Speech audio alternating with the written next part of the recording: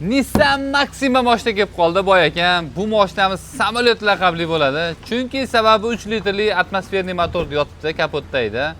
Mashinamizning holati yaxshi ekan inshaalloh. Boshidan narxini aytib o'taman. Videoga обязательно like bosingiz. $2100 qo'yib beramiz. Mashinamiz benzinda harakatlanadi. Motorida problemasi yo'q ekan inshaalloh. Yani polni kraska bo'lgan, tomdan pasti xudo xolasa. Lekin faralarni yangi qilib qo'yishgan ekan. Oldidan udar bo'lgan ekan do'stlar, lekin usulitlari, kapotlari ham radno ekan, o'zlarini kraska qilib qo'yishgan ekan. Xo'p, mashinamiz salon holatlarini ko'rib olishingiz mumkin bo'ladi. Avtomat korobka ekan. Avtomat korobkani hammasi ishlayapti, lekin parkovkaga tushmayapti ekan. Parkovkaga tushmayapti. Benzinda hech qanaqa gaz pas qo'yilmagan.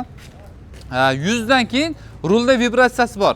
Demak, shu yo razval skajlana yoki bo'lmasa balansirovkadan aybi chiqib keladi inshaalloh. Xo'p, mana ishlarni ham ko'rib olishingiz mumkin.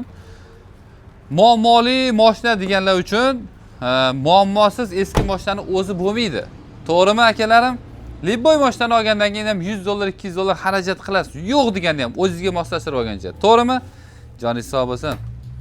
Mana mashinaning holati avtomat korobkada do'stlar, $2100 ga xolasanglar generalniy Davenska olsanglar bo'ladi. Xolasanglar oldi sotdiga. Endi unisini o'zingizlar bilasizlar, to'g'rimi?